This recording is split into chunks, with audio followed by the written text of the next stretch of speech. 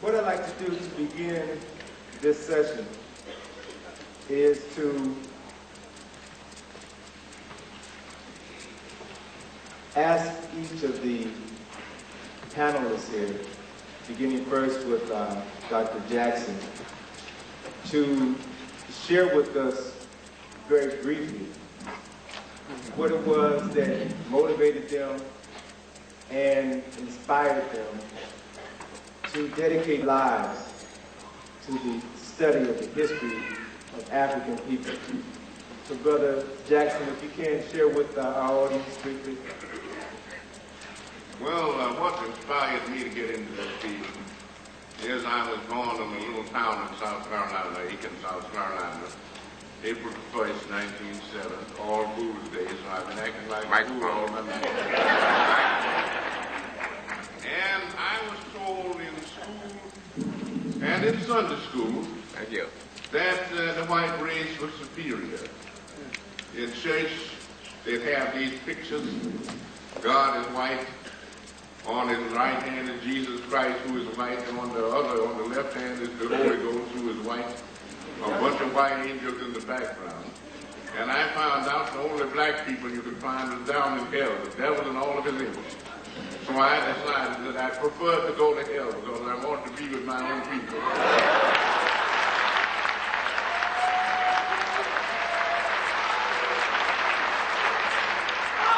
I was told that both in school and Sunday school. And there was an old minister there, and I didn't get along with him, so they sent a young minister there. And I told the young minister that his predecessor had said that if I read books on evolution, I was going to hell. I said, of course, I immediately got a book on evolution and read it. And he told me not to worry about it because everybody can't go to heaven. And that if I didn't have to worry about hell, that after the first 1,000,000 years, I'd get used to the heat and then it would be quite pleasant. Thank you very much.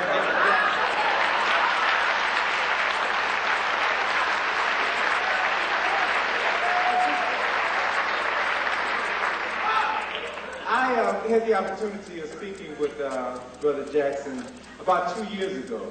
And I remember vividly that very first telephone conversation I had with him. And I was awestruck by his ability to remember dates, names, personalities. He was talking about Malcolm. He was talking about a host of people that I had only read about as if he had just spoken to them yesterday. And I said, we've got to bring this brother to Washington. And I made him a promise that we were going to get him here. Last year, the best we could do was to have him spend 2 hours on the Captain News Morning Show. But today we're very pleased to have him here.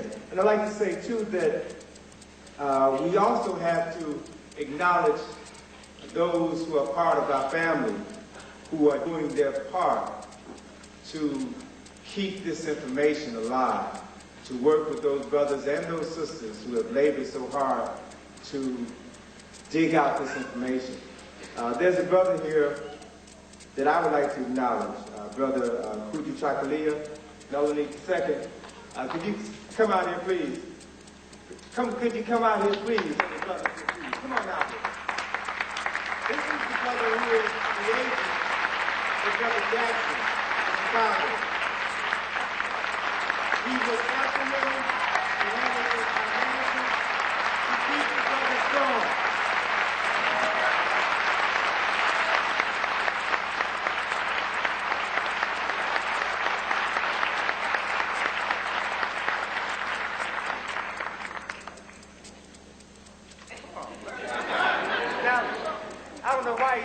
Modest. This brother's from my hometown, Chicago. I'm from the West Side. And off stage, he talks. I don't know why he's so modest now.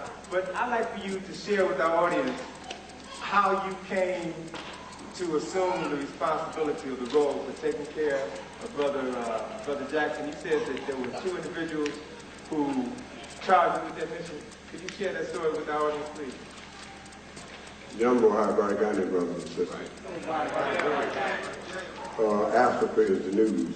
Early on in Chicago, on the west side, at a place called the Local Eatery, where we used to share the review of books, the brothers sitting here, Brother John Henry Clarke and Brother and Dr. Ben Yosef Yakiman, told me, said, James, take care of John. I accepted that assignment, that responsibility, that commitment, and I have tried to live up to that. And I guess this is what he's talking about. That's right.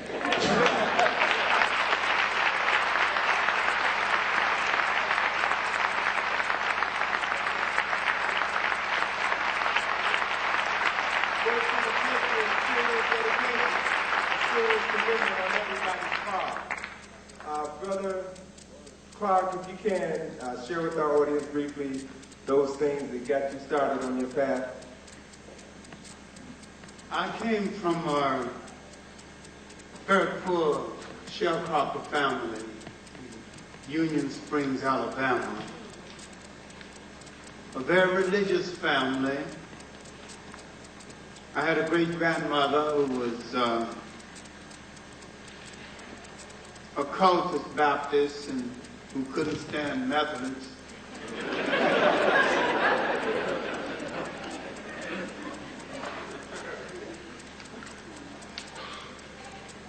And so I began very early, wanted to teach Sunday school, and kind of halfway wanted to end up as a preacher. Some of my students tell me I'm a frustrated Baptist preacher who didn't make it to the pulpit. They could be right. But when I began to look at the Bible, and when I began to teach Sunday school, I saw all those white angels, all those white deities, all those white saints. I began to wonder, of all the people who died, brown, yellow, black, none of them got to be angels. And God is love. And He didn't accept any of them. I began to question whether the holy book was really holy, or even honest. I began to search for an answer outside of the book.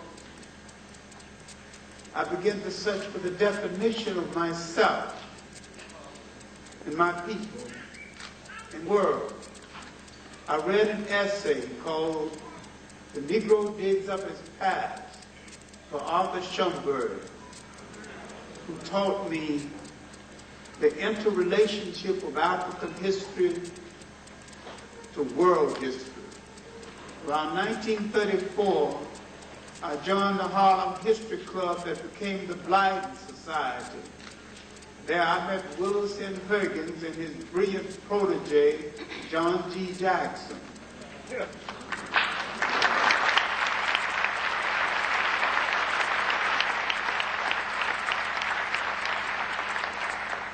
And both of them became, in a way, my teachers.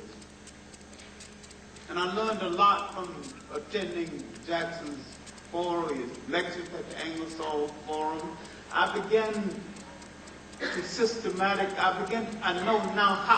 began to learn how to question the literature of the Bible, because I began to read the literature of examination. From Willis Huggins, I learned an invaluable lesson, that is the political meaning of history. And from William Leo Hansberry at Howard University, from his lectures, I learned the philosophical meaning.